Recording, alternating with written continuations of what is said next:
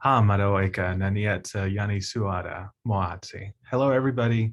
My name is Julian Guerrero Jr., and I have the pleasure of serving as the current director of the Office of Indian Education here at the United States Department of Education, or ED. I joined the department back in August of 2020 during the pandemic, and I've just been hooked on making sure the OIE can grow, strengthen its capacity, its means of collaboration, and its commitment to continued constituent services to grantee communities throughout the country.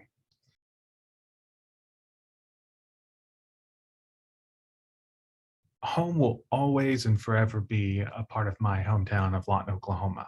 I grew up in a military connected family, and we lived all over the country, all over the world, truly, from Oklahoma to Texas, Colorado, Georgia, and overseas in Stuttgart, Germany.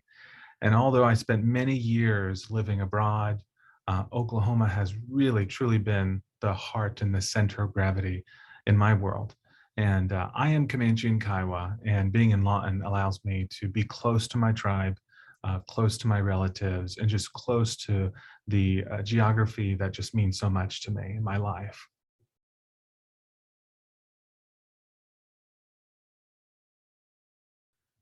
Surprising and supporting the people we were hired to serve every day.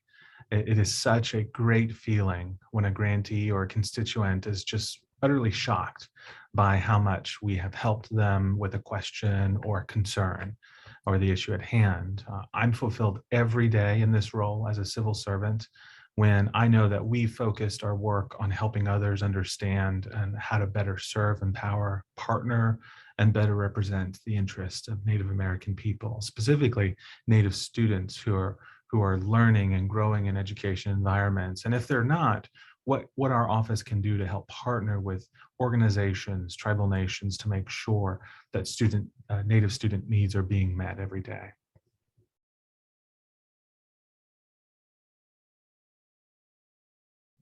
I learned the value of a dollar and the food service industry, working at Papa John's, making pizzas every day, full time, while being also a full time student at the University of Oklahoma.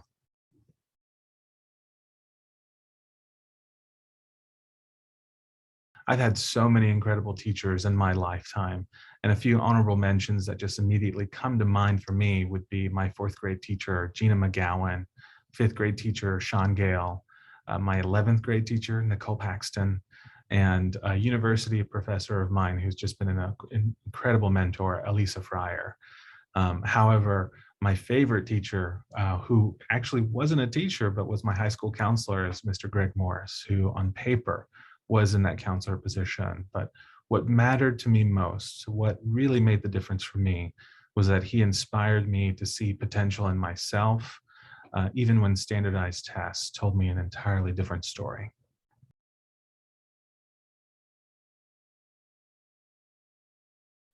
After we finish our family Thanksgiving dinner, the first thing we do is make sure someone goes into the living room TV and plays the Muppet Christmas Carol. It truly is just a family tradition that just came out of nowhere.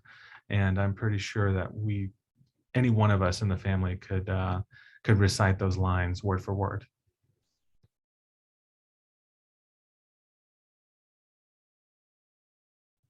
And I'm always a half glass full person.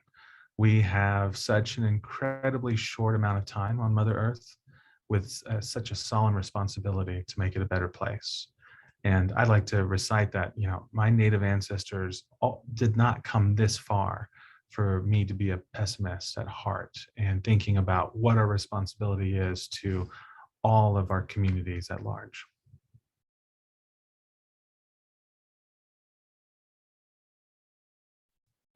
Equate my self-worth with my job is something that I don't ever want to do ever again.